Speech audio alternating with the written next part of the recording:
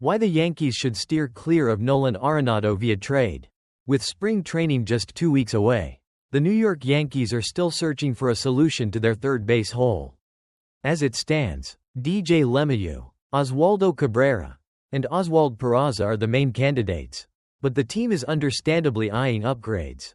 One name that has been floated in trade discussions is Nolan Arenado, the 10-time Gold Glove winner and one of the best defensive third basemen in the game.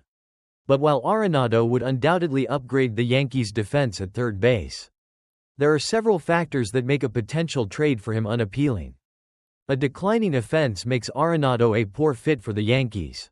The Yankees are in a transition phase, trying to rebuild a more balanced roster after losing Juan Soto to the New York Mets in free agency. Their biggest moves this offseason have been adding Cody Bellinger through a trade with the Chicago Cubs and signing Paul Goldschmidt. The Yankees need to find a way to fill the power void left by Soto, and Nolan Arenado doesn't quite fill that gap. Yes, Arenado has been an elite defender for over a decade, and his name recognition as an 8-time All-Star and 5-time Silver Slugger carries weight. However, his offense has been in decline.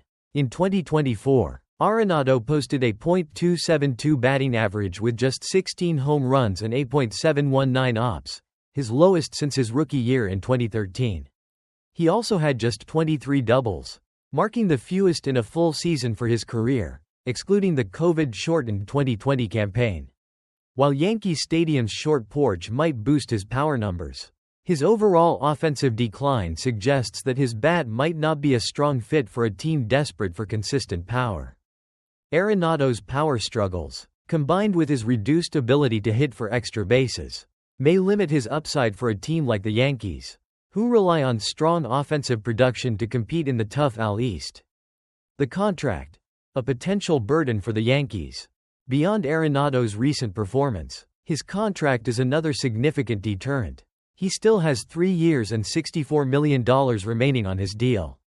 The St. Louis Cardinals have been hesitant to eat any of that salary in trade talks, which could create problems for the Yankees. The last thing the Yankees need is to find themselves locked into another problematic contract. Think Josh Donaldson and his $50 million deal, which created roster flexibility issues. While the Colorado Rockies, where Arenado spent the first 8 years of his career, are still contributing roughly $5 million per season, Arenado's price tag is still hefty. If the Cardinals are unwilling to cover a significant portion of his remaining salary, the Yankees should simply walk away from the deal.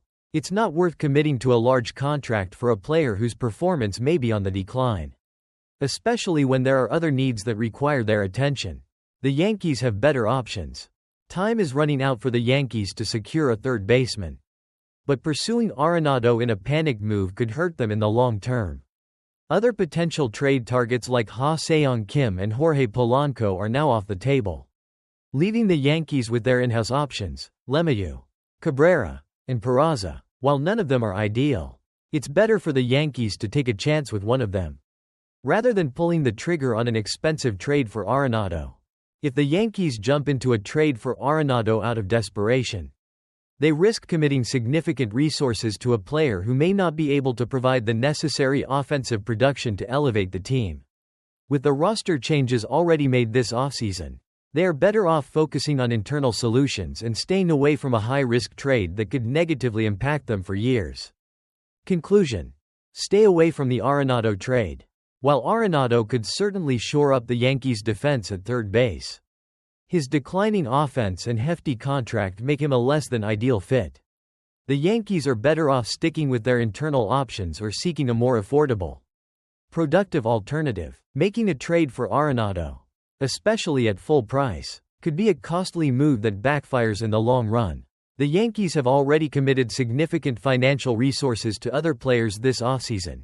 Adding another expensive contract could jeopardize their ability to build a competitive roster going forward. In short, stay away from Nolan Arenado and keep looking for a better, more cost-effective solution. Hey, baseball fans, buckle up because we're diving into one of the most dramatic, nail-biting, and downright puzzling trends in Major League Baseball today. Yep, it's time to talk about the state of free agency. Alright, we've all been there, right? The dream scenario for any ballplayer is to get to free agency and cash in. After all those years of grueling seasons and sweat on the diamond. It's supposed to be the grand payday, right? But wait, what if it's not? What if even the top-tier guys, like Alex Bregman and Pete Alonso, can't get the massive deals they've been dreaming of? Yeah, we're talking about two-time World Series champs and 40-homer sluggers who can't get the bag they deserve. What does that mean for the rest of the free agent pool? Are the golden days of MLB free agency over? Stick around because we're going to unpack how we got here, why it's happening, and, spoiler alert, the MLB might be headed into a full-blown economic storm.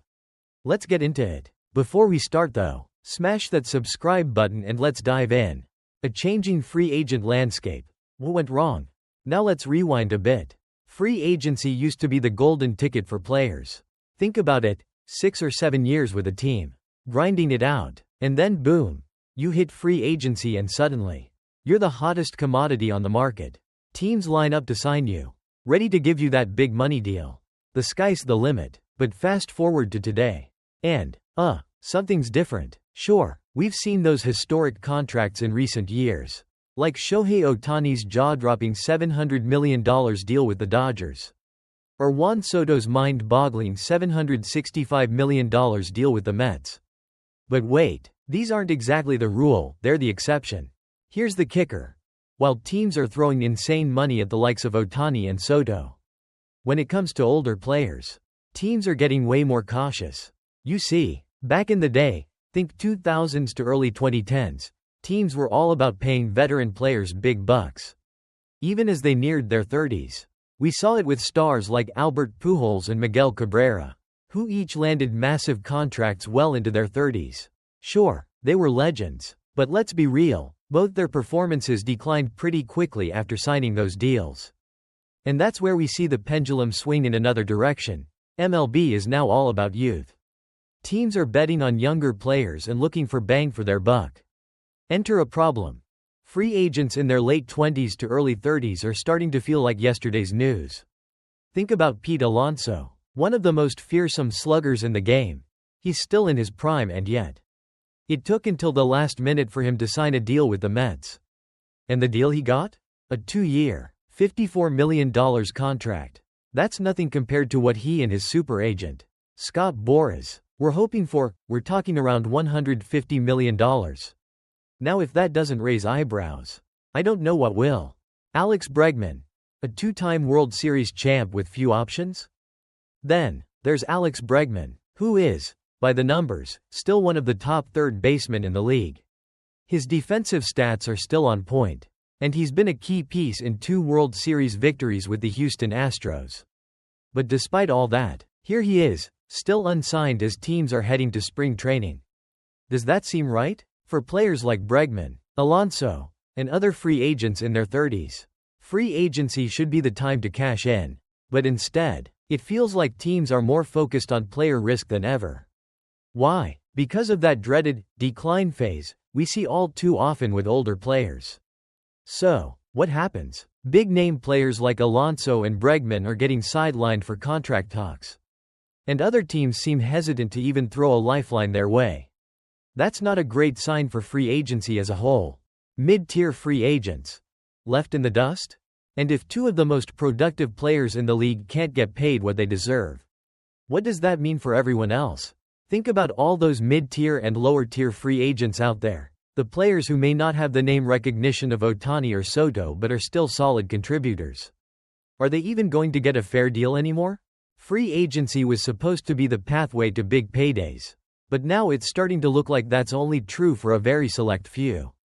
It's Ohtani, Soto, or bust. Sure, we're still seeing big-time deals for certain players. But they are the rarities. Most guys are left waiting around for that perfect opportunity to cash in. The impact on the MLB market. Will a salary cap become a reality? And speaking of money, let's address the elephant in the room. With all this economic tightening, are we headed towards a salary cap? Well, if you ask certain owners, that idea is gaining traction.